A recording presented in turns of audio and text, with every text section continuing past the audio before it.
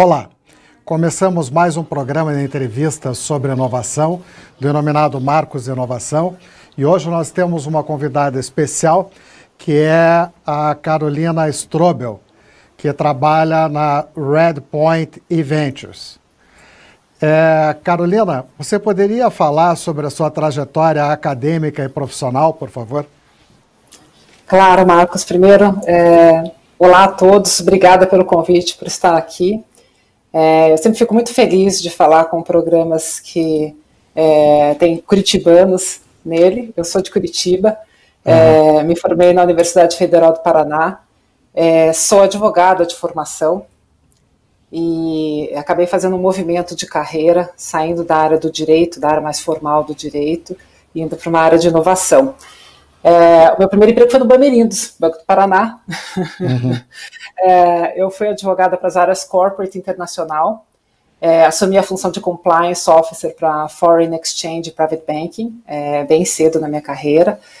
Aí eu saí de Curitiba, fui fazer um mestrado na área de direito comercial internacional, na Inglaterra. Voltei Você dia ficou depois quanto tempo na Inglaterra? Fiquei um ano e pouco, um ano e 6 meses, até defender a minha tese. E voltei no dia 12 de setembro de 2001, quando as torres tinham acabado de cair.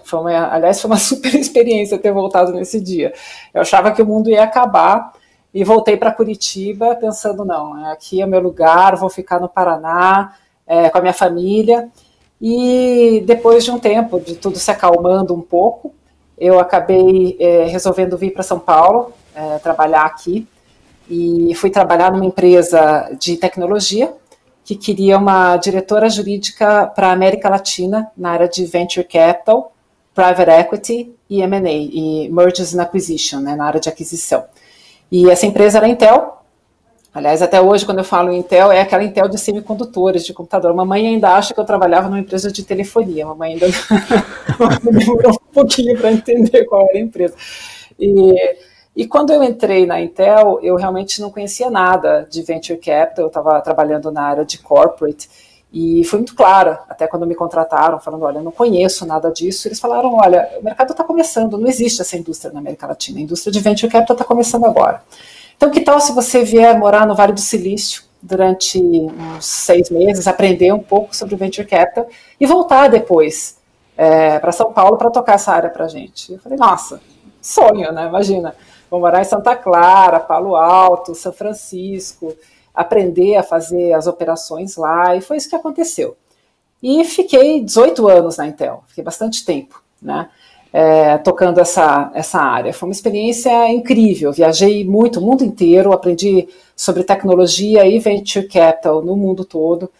Essa indústria estava começando no país, então eu tive a condição de ajudar muitas entidades que estavam também começando, como a Latin American Venture Capital Association, a Brazilian Venture Capital Association, a BVCAP, que a gente chama, né, hoje. Fui conselheira da BVCAP, que é uma associação hoje muito grande e representativa de Private Equity e Venture Capital no Brasil. Então, com esse conhecimento todo, eu ajudei muito o ecossistema, eu fiz muita mentoria, eu fiz muito trabalho com essas entidades que faziam documentação padrão para esses deals, foi muito bacana. E em um dado momento eu queria me tornar mais protagonista, porque o fato de eu ser advogada, eu achava que me prendia muito a uma visão formal da indústria, e eu queria ter uma visão muito mais de business, né, de participar das operações de uma maneira um pouco diferente, que eu já participava, mas eu queria ser vista menos como advogada e mais como uma pessoa tomadora de opiniões, né, uma protagonista. E na busca desse protagonismo, eu fui trabalhar numa outra empresa, que se chama Restock, que é uma empresa que é dona de 5 marcas de moda, como diretora de inovação. E a ideia, ao trabalhar nessa empresa, foi reformatar modelos de negócio. Então, a inovação sendo vista como geradora de valor, geradora de mais valor dentro de uma empresa. Eu trabalhava com 20 desenvolvedores, e a gente criava produtos para essa empresa. Então, desde e-commerce até novos modelos de negócio, novos modelos de venda, novos formatos de fintech. Acabei criando uma fintech lá dentro e a gente economizou bastante dinheiro e fez muito dinheiro para a empresa. E depois disso, eu resolvi voltar para o Venture Capital, já com uma função mais protagonista de tocar as ações por mim mesma. E aí foi assim que eu me juntei como sócia da Redpoint Ventures, que é um fundo de venture capital da América Latina, focado no Brasil. Uhum. Eu também, na busca desse protagonismo, eu comecei a trabalhar em alguns conselhos de empresas, então eu sou conselheira em algumas empresas, e sou professora de MBA da FGV, São Paulo. Uhum. Tem muita gente que trabalha com inovação e não sabe o que é Private Equity e Venture Capital. Você poderia explicar o que são esses conceitos e onde eles se encaixam na cadeia de funding para o empreendedorismo inovador? Claro, Marcos, excelente. Às vezes falo alguns termos e para mim é muito comum, porque eu lido com isso o dia inteiro, mas vale sim voltar para esse básico. Venture Capital é um tipo de investimento em ações, então um fundo ou uma corporate, né, uma empresa, compra pedaços minoritários de startups. É mais ou menos assim, você investe em empresas que vão ficar muito grandes, mas você investe enquanto elas são ainda muito pequenas. Então você tem a ideia que nesse processo de crescimento existe uma geração de valor muito significativa. Então, em geral, ela envolve investimentos que podem escalar. Então, por isso elas estão normalmente relacionadas à tecnologia, porque é a tecnologia que faz essa escala maior, né?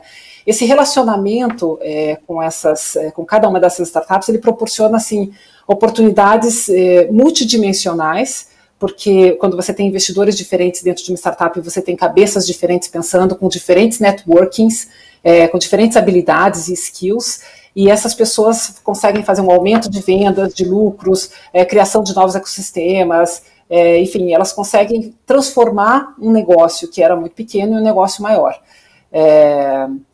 Para ilustrar melhor, assim, numa cadeia de investimentos, a gente tem o primeiro investimento de uma startup que a gente chama de Friends, Family and Fools, né? A família, os amigos e as pessoas que estão ao redor, que não conhecem tanto do business, mas que acreditam na pessoa que está criando aquela ideia, né? Então, nessa fase de ideação, que a gente chama da startup, é esse tipo de investimento. Na sequência vem o investimento anjo, que passa de uma ideação para um MVP, que a gente chama que é o Minimum Viable Product, então aquele produto que a gente acha que é o produto que vai ser o principal produto da empresa, e depois vem o Venture Capital, que entra nessa fase de MVP e de Product Market Fit, que é quando você pega o produto e vai transformando para o que realmente vai ser a realidade dele, é natural que ele vá se transformando nesse meio tempo, e depois vem Private Equity, né, que ela está numa época de escala, de growth. O Private Equity, eles investem, em geral, já em empresas que estão se tornando ou já são unicórnios. Aliás, normalmente é o Private Equity que torna uma empresa um unicórnio, né? O Venture Capital investe antes disso. O Venture Capital, ele vai nurture, ele vai criando esse unicórnio, né? Um pouco diferente. Então, historicamente, o Venture Capital existe há muito tempo, mas na América Latina ele começou perto dos anos 2000. Ele está diretamente associado a algumas das empresas mais influentes e de maior crescimento no mundo. Então, por exemplo, só para a gente ter uma ideia, dentre as empresas públicas, né, as empresas com capital aberto, 7 das 8 maiores empresas de tecnologia de Venture Capital 7 das 8 maiores empresas de tecnologia tiveram investimentos de Venture Capital associado a elas. Então, Alphabet, Apple, Amazon, Facebook, Microsoft, todas essas empresas tiveram investimentos de Venture Capital para fazer elas se tornarem o que elas são hoje. Alibaba, Tencent, se a gente for falar de China, enfim. Então, são as empresas que tiveram muito sucesso e usaram o Venture Capital dentro desse sucesso. É um vetor super importante para o crescimento econômico no Brasil, né? Ele viabiliza escala de soluções, enfim, ele tem um efeito multiplicador muito grande.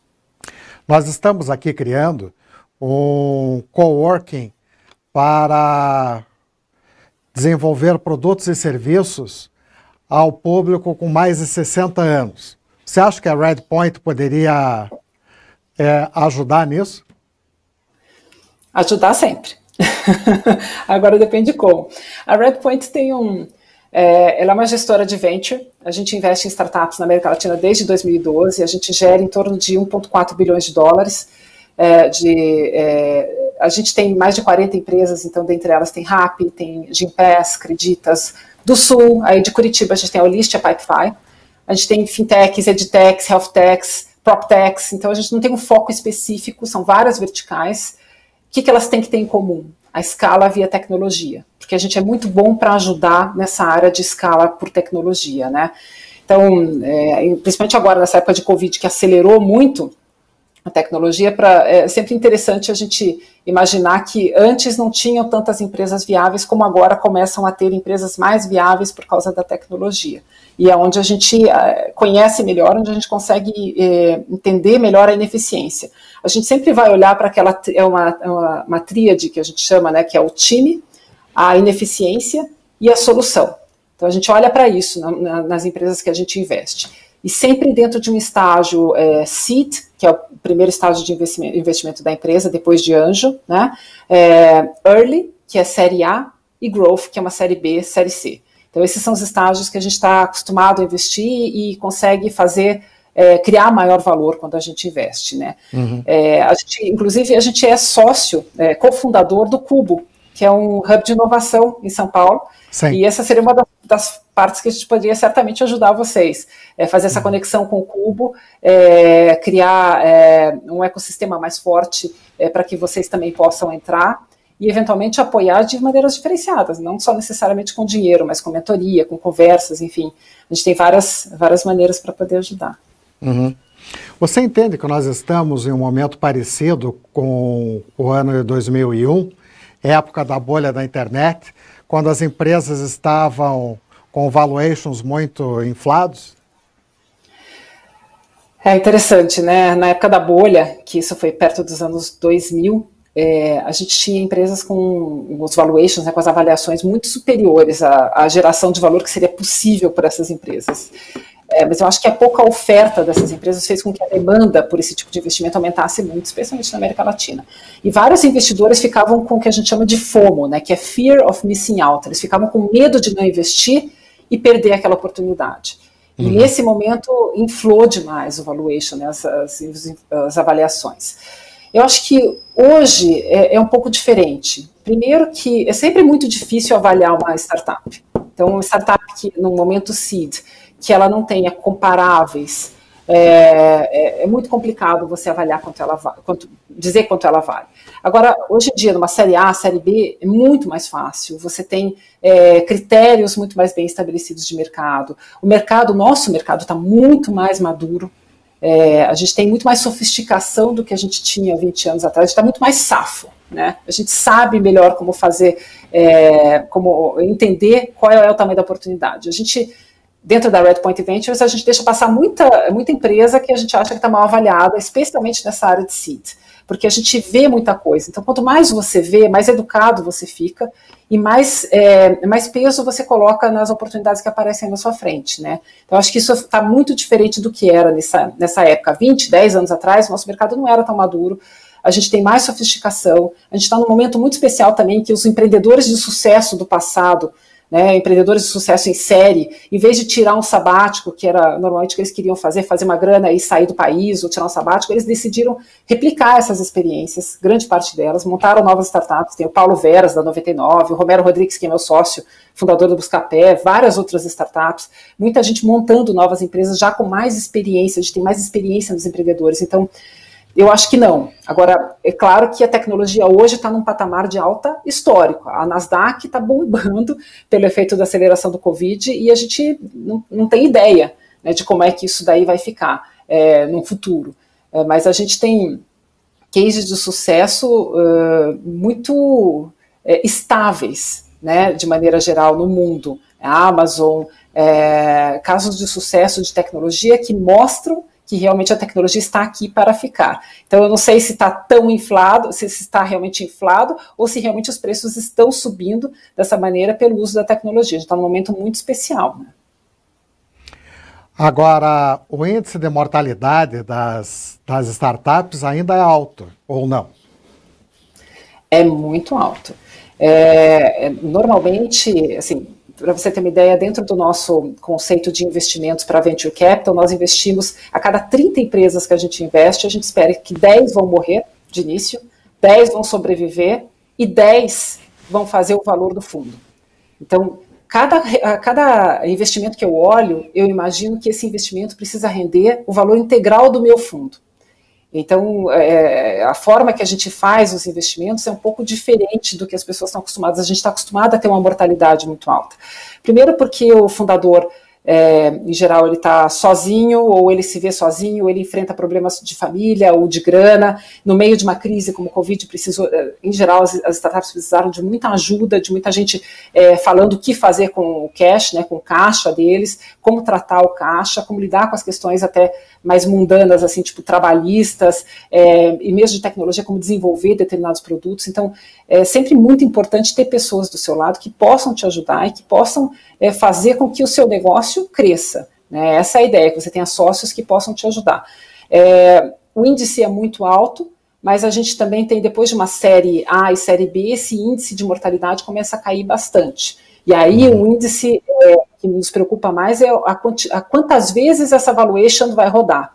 Quer dizer, uma empresa que depois de uma série B, ela continue tendo o mesmo valor, ou um valor 1,5, 2 vezes, 3 vezes mais, não nos interessa. Ela não é uma empresa de sucesso. A empresa de sucesso é uma empresa que na série B, série C já está com 100 vezes o valor dela, inicial.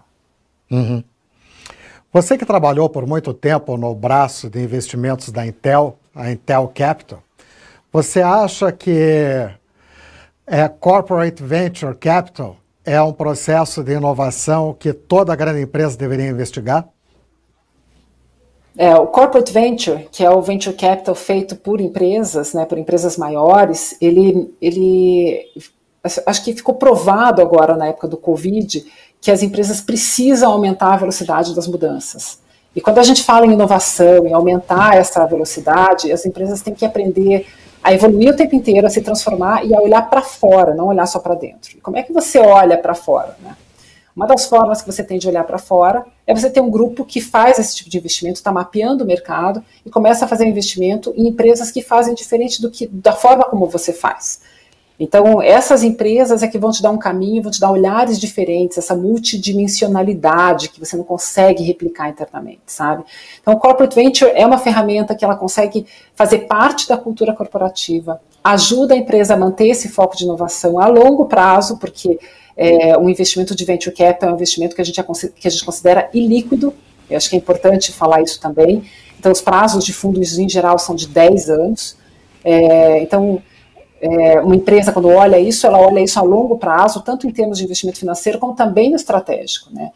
O Corporate Venture, ele cria muito valor para todos os stakeholders, para todas as pessoas envolvidas, mas ele tem uma característica única com relação ao estratégico para empresas, que é muito mais do que o valor financeiro. Então, eventualmente, o valor financeiro, o resultado financeiro, por exemplo, de uma empresa, de um venture capital, de um corporate venture capital, pode não ser tão significativo quanto a possibilidade que esse corporate venture pode dar a essa empresa de sobreviver. Indústrias que sumiram do mapa, né? Em momentos de crise, é exatamente quando determinadas indústrias mudam e somem do mapa. A gente está hoje com uma crise enorme, por exemplo, em turismo. Eu não sei se o turismo, por exemplo, o turismo de business comercial vai voltar a ser o que era, mas várias outras indústrias, health, por exemplo, né? Com a telemedicina, será que vai voltar a ser o que era? A gente não sabe, a gente está especulando muito a respeito disso tudo, mas a gente acha que a evolução foi muito grande. E é difícil voltar para aquele ponto. Então, as empresas que não fizeram investimentos para olhar as coisas de uma maneira diferente, elas saem perdendo e muito, né?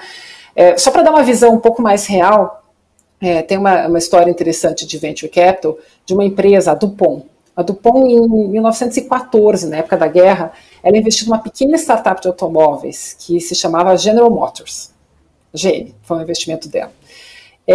A valorização da GM, além de um retorno financeiro sensacional, também posicionou a DuPont como a fornecedora líder do segmento para a indústria automotiva durante muitos anos, e acho que até hoje. Então, essa foi uma indústria que a DuPont ganhou pelo investimento que ela fez numa empresa de automóveis. Imagina o que seria da DuPont sem toda essa parte da indústria. Agora, sem o valor que ela ganhou financeiro na General Motors não seria tão significativo, mas sem essa parte da indústria realmente seria bastante. Outro, um pouco mais atual, vale a pena a gente falar, é o iFund. A Apple, em 2018, ela investiu $100 milhões para empresas pequenas, tá? Desenvolvedoras de jogos e ferramentas. E o que ela falou? Vocês têm que desenvolver aplicativos interessantes para que a gente possa vender telefone. E foi assim que se criou todo esse ecossistema do iPhone, de ter aplicativos, das pessoas quererem fazer. E ela não só criou o ecossistema para ela, como também inspirou outros movimentos de outras corporações, não apenas na própria indústria, como em outras indústrias também. Várias empresas aí americanas têm, não só americanas, mas principalmente americanas, têm programas de corporate venture. Então a Intel tem a Google, que é a Google Venture, tem Qualcomm, o SoftBank, tem a Magalu, tem várias empresas brasileiras também têm. E elas, inclusive, adquirem com muita frequência empresas do próprio programa. O que não quer dizer que o corporate venture seja uma ferramenta de aquisição necessariamente. É uma ferramenta muito mais de olhar de mercado, mas certamente também se presta para a aquisição de empresas interessantes dentro de um valuation, de uma avaliação que certamente não seria a mesma se os investidores não tivessem entrado tão cedo, né? O corporate venture, ele amadureceu muito nos anos. Hoje em dia, 60% dos unicórnios americanos tiveram investimentos de corporate venture. Quase todas as empresas, aquelas Forbes 500, né, que a gente chama, todas têm iniciativas de corporate venture assemelhados. Então, para mim fica muito claro, depois de ter trabalhado tantos anos numa empresa de corporate venture, que é essencial para a inovação que a empresa olhe além, que olhe para o que outras pessoas estão fazendo, e não necessariamente para a sua competição direta para as empresas grandes, mas para as empresas pequenas, para as startups que estão pensando diferente, que fazem coisas de maneira diferente. Então, quando essa estratégia dá certo, os resultados são transformacionais e todo mundo ganha com isso. Então, outra vez, talvez o retorno financeiro não seja tão bom para a corporação, mas certamente o retorno em termos estratégicos é muito, muito, muito importante. Uhum. Esse ano foi um ano terrível por causa da pandemia. Na sua visão, como é que a Covid-19 afetou o mercado de inovação, tecnologia e investimentos? E quais as expectativas para a fase pós-Covid no Venture Capital e investimentos no Brasil? A gente está no meio de uma crise humanitária gigante, e é sempre muito complicado quando eu falo a respeito desta indústria no meio dessa crise, porque esta indústria, ao contrário das demais, ela floresceu com a crise. Então, com o Covid, alguns mercados se desenvolveram mais rapidamente, veio uma transformação digital super acelerada, ela obrigou muitas empresas, startups e algumas até indústrias mais conservadoras a mudar e a repensar seu modelo de negócios. Então, alguns trends, algumas formas de trabalho mudaram completamente. Veja o home office, né, que antes a gente não fazia. Hoje estou eu aqui em casa, em vez de estar no escritório, fazendo o meu home office, e até pelas alterações legislativas, né, uma delas é, certamente, o direito do trabalho, que alterou, que teve que se adaptar, a telemedicina, que viabilizou empresas de health tech, de saúde mental. A gente tem duas no nosso portfólio que começaram a ganhar muito dinheiro. Chegou no momento que a gente faz uma análise mensal de todas as nossas empresas com relação ao Covid. E em um dado momento, a gente tinha que separar, a gente separa por semáforo, assim, então, verde, amarelo e vermelho. E a gente começou a separar, assim, as poucas vermelhas que tinham, até de uma certa conversa com as demais empresas, porque a realidade era muito diferente. Na nossa empresa de health tech, por exemplo, a fundadora, no caso, estava trabalhando 20 horas por dia. Ela nunca trabalhou tanto na vida dela, porque ela teve uma procura enorme, ela nunca contratou tanto. Né? E como é que foi contratar esse pessoal todo durante o Covid, sem ela nem conhece pessoalmente vários dos colaboradores até hoje. Né? Então, assim, a gente, de maneira geral, viu um crescimento muito grande para isso. A gente fez escolhas interessantes, que eu acho muito interessantes, especialmente nessa área de fintech, antes, né, de fintech, health, isso já estava acontecendo, porque a gente sempre mapeia mercados com ineficiências, e em momentos de crise, esses mercados com ineficiências são os que mais florescem, e foi isso que aconteceu. A tecnologia foi essencial para mudar isso daí, e é onde a gente investe também. Então, as nossas empresas se deram muito, muito bem. Agora, a gente não sabe como é que vai ficar isso tudo, né, quer dizer, a gente não sabe se esses segmentos serão reinventados, se a diversão, né, entertainment, se vai ser uma coisa diferente. Hoje a gente todo mundo assiste tanta série do Netflix e pouquíssimos, a gente não vai mais em show, a gente não vai mais em teatro, tudo mudou. Né, era diferente do jeito que a gente estava acostumado. Então a gente não sabe se a gente vai voltar a querer comprar muita coisa, ou se a gente vai para um período mais minimalista, se a gente vai se preocupar mais com a poluição, menos com a poluição. A gente investe em clean tech, por exemplo, então é outra preocupação que a gente tem. A gente não sabe se esse mercado que a gente chama de mercado circular é um mercado de trocas, né, de um pouco de trocas de roupas, de alguns bens mais duráveis, se é isso que vai prevalecer. A gente não tem ideia. Agora, como nós vamos nos relacionar com esse mundo material, vai trazer muitas respostas. Mesmo com imóveis, com carros, a gente já estava mudando isso e de repente parece que a curva, em vez de ser só empurrada, ela foi empurrada e puxada, né, a curva de adoção disso tudo. Está muito rápido. Então, a gente não imagina o que vai acontecer. O comportamento vai mudar. Essas mudanças comportamentais realmente estão aí para ficar, eu concordo com você. E são a longo prazo. Agora, quais são as indústrias que vão florescer dentro disso tudo? A gente não sabe. A gente tem algumas apostas, claro, e a gente acha que muita coisa vai mudar com relação à forma como a gente lida com o consumo, e consumo de maneira geral, e com a forma como a gente lida com as pessoas e com a nossa saúde. Para venture, a indústria de venture ela não é uma indústria cíclica, necessariamente. Ela tem safras. A indústria de venture se assemelha muito à indústria do vinho. Até é interessante, porque quando você vai no Vale do Silício, tem o Napa Valley ali perto, que é de vinhos, né? E o principal banco, que é o Silicon Valley Bank, que financia as empresas de startups, faz os financiamentos de empréstimos para empresas de startup, também é o principal banco para vinhedos. E eles falam que as duas indústrias têm muito em comum. A gente tem safras boas e safras ruins. E a gente acha que nesse momento a gente está numa safra muito boa, de crescimento de empresa, onde a indústria não está sendo muito afetada. O Venture Capital ele ajuda a construir o mundo, eu acho que ele vai ser uma ferramenta de reconstrução, de uma nova visão para os próximos anos. A gente está moldando hoje o nosso futuro, né? A tecnologia, além dessa alta histórica, ela realmente está sendo vista como a grande ferramenta para transformar esse mundo. Eu sou absolutamente otimista. Eu acho que a gente vai chegar do outro lado disso tudo em uma situação de mundo muito melhor. Outra vez, a gente não está aqui lidando com a questão humanitária, que é um terror, péssima, mas passando isso, o que eu acredito é que realmente a gente vai chegar num lugar melhor, mas a médio, longo prazo.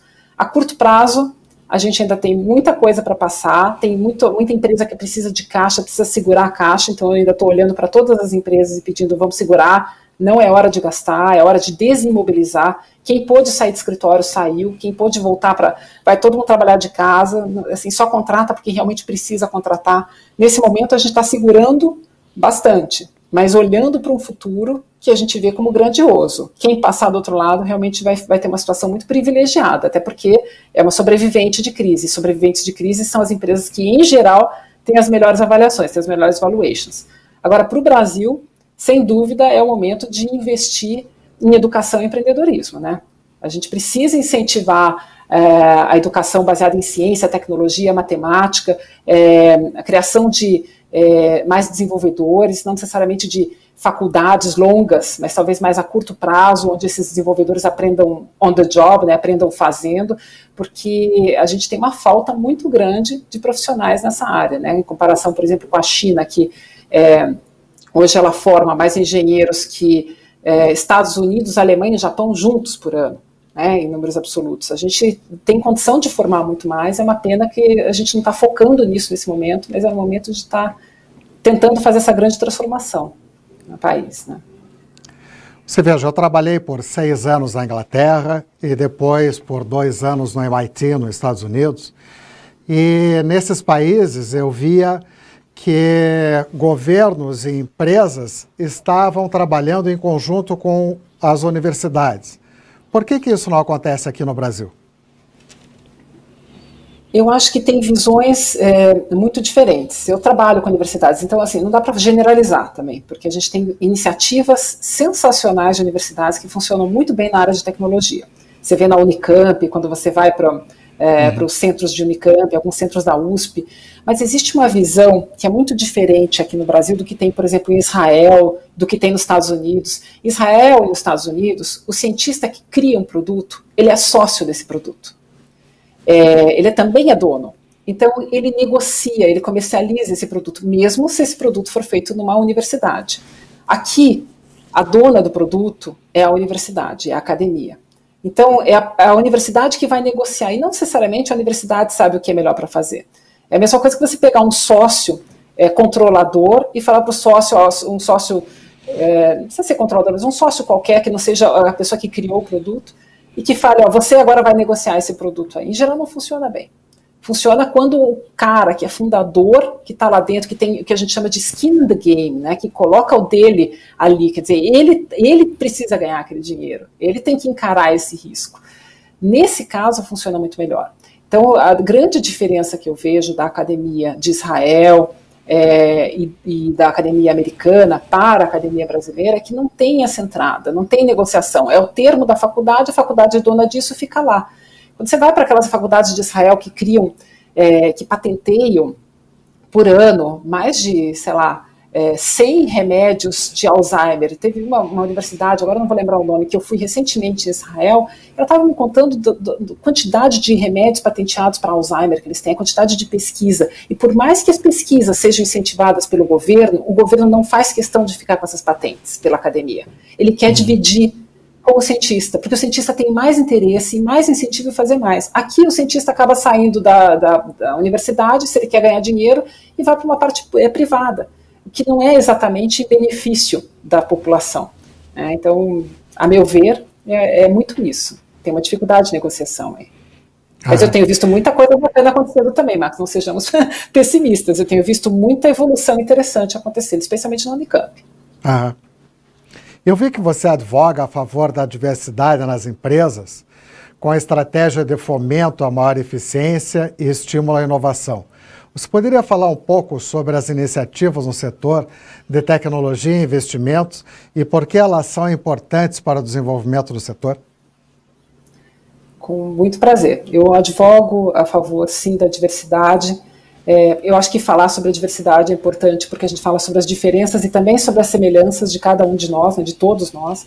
A gente precisa entender que muitos ficam do lado de fora, porque o sistema não dá para eles a mesma chance, o mesmo acolhimento. E a gente sabe, então, intuitivamente, a gente sabe que a diversidade é importante para o desenvolvimento social. E, por exemplo, o BID, a Lavka, os investidores institucionais, todos eles têm pedido maior diversidade nas empresas que a gente investe. E muita gente fica olhando para isso como, mas são as empresas de capital aberto, não são as empresas privadas, ou não são as startups. E não é verdade. Cada vez mais eu vejo isso se expandir. Hoje de manhã eu estava numa reunião eu sou conselheira da Anjos do Brasil, e nessa reunião da Anjos uma pessoa estava me falando que institucionalizou no grupo de anjos deles uma análise de diversidade em cada uma das empresas que eles investem. Porque eles acham que isso realmente traz resultados. E eu não tenho a menor dúvida. A gente estava discutindo, inclusive, hoje um relatório da McKinsey, que se chama Diversity Matters, né, que é diversidade importa. Ela examina várias empresas de capital aberto, até, de setores diferentes da América Latina, Reino Unido, Estados Unidos, Canadá, e fica muito claro que assim, as empresas que têm mais diversidade estão 35% mais propensas a obter retorno financeiro acima da média do setor.